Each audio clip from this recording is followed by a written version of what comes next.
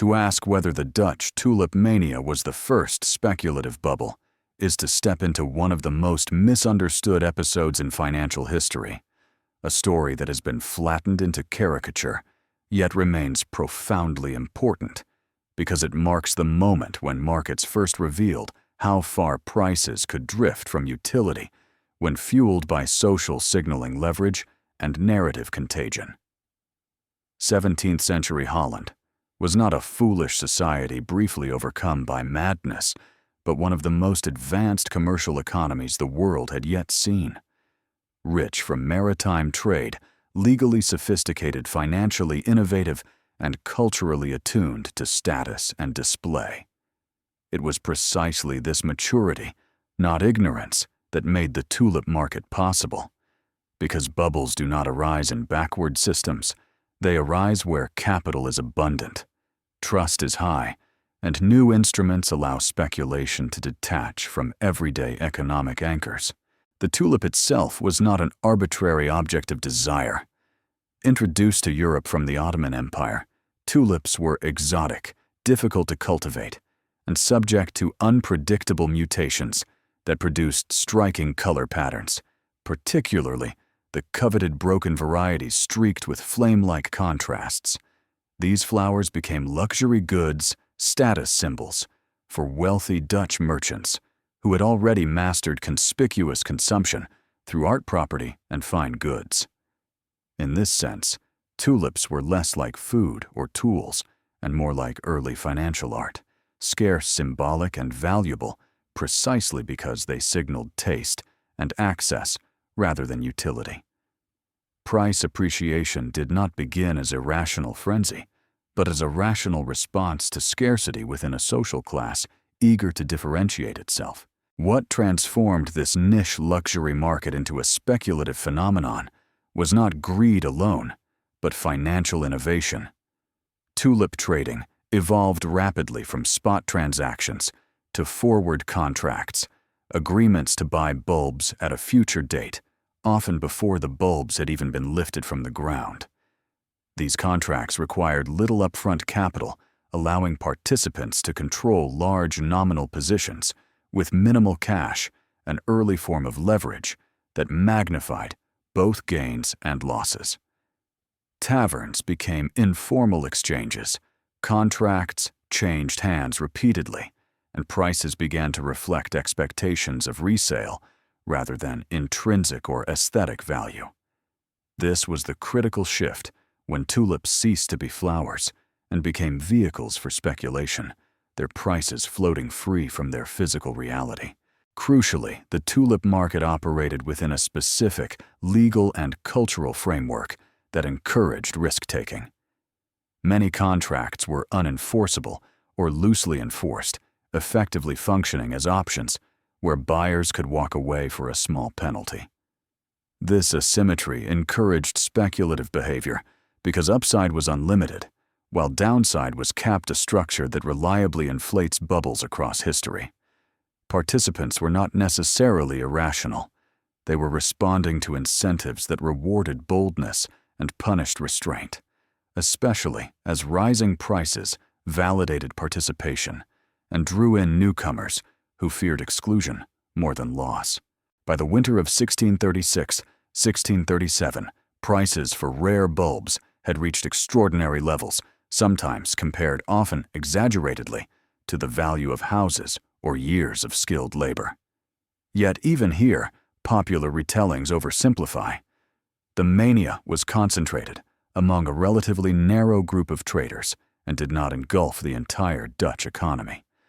Most citizens never owned a tulip contract, and the sums involved, while dramatic for individuals, were modest relative to national wealth. This distinction matters because it reveals that the significance of tulip mania lies not in macroeconomic damage, but in psychological precedent. For the first time, a market demonstrated how expectations of resale could become self-sustaining, how prices could rise, simply because participants believed others would pay more tomorrow. The collapse came quietly, not through panic in the streets, but through failed auctions and evaporating bids. When buyers hesitated, Confidence cracked, and once prices stopped rising, the logic of speculation reversed instantly. Contracts were abandoned, disputes flooded courts, and losses were unevenly distributed, often falling on those who entered late or assumed obligations they could not honor.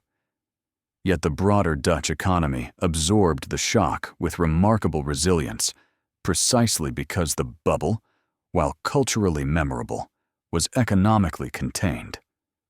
This resilience is part of why Tulip Mania has been mythologized, rather than fully understood, because its symbolic power far exceeded its material damage. The enduring importance of Tulip Mania is not that it proves humans are foolish, but that it reveals how markets behave when novelty, leverage, and social imitation intersect. It shows that speculative bubbles do not require complex derivatives or global finance-only stories, incentives, and enough participants willing to believe that price itself is proof of value. In this sense, the tulip market was not an anomaly, but a prototype, an early rehearsal for dynamics that would later appear in canals, railways, stocks, real estate, and digital assets. And it is precisely here, at the point where historians and economists still debate whether Tulip Mania deserves the title of the first bubble, that the more important question emerges, not whether it was first, but whether it revealed the essential anatomy of all bubbles that would follow, because to answer that, we must move beyond myth and examine how later speculative episodes repeated, refined, and magnified the same mechanisms first glimpsed in Dutch taverns and gardens, as prices detached from use contracts outran reality, and belief itself became the most valuable asset in the market, while participants convinced themselves that this strange moment of effortless profit was not speculation at all, but a new economic logic that finally explained why prices could only go higher. And it is at that precise moment of collective confidence that the next part of this story must begin. Begin because once Tulip Mania stripped away its myths and exaggerations, what remained was something far more valuable than a morality tale, a clear early demonstration of the mechanics that drive all speculative bubbles, regardless of era or asset. What the Dutch experienced in 1637 was not madness, but coordination without anchor, a market moment where prices became messages, telling participants not what something was worth, but what others believed it might soon be worth. This distinction is subtle, but it is the fault line on which every speculative episode fractures.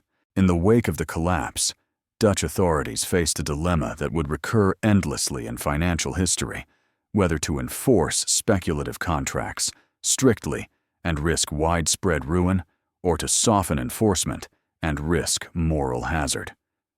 Their compromise, allowing contracts to be settled for a fraction of the agreed price, effectively acknowledged that the tulip market had drifted into a space where traditional notions of obligation no longer fit. This response mattered because it revealed an early recognition that speculative markets operate under different psychological rules than productive commerce. Enforcement could restore order, but not belief, and without belief, markets simply migrate or reform elsewhere. What Tulip Mania clarified for later generations was that bubbles do not require mass participation to be historically significant. A relatively small, interconnected group of traders can generate price dynamics powerful enough to echo for centuries, especially when those dynamics reveal something fundamental about human behavior. The tulip market showed how leverage disguised as innovation, limited downside paired with unlimited upside, and social imitation can create self-reinforcing price spirals even in the absence of broad economic impact.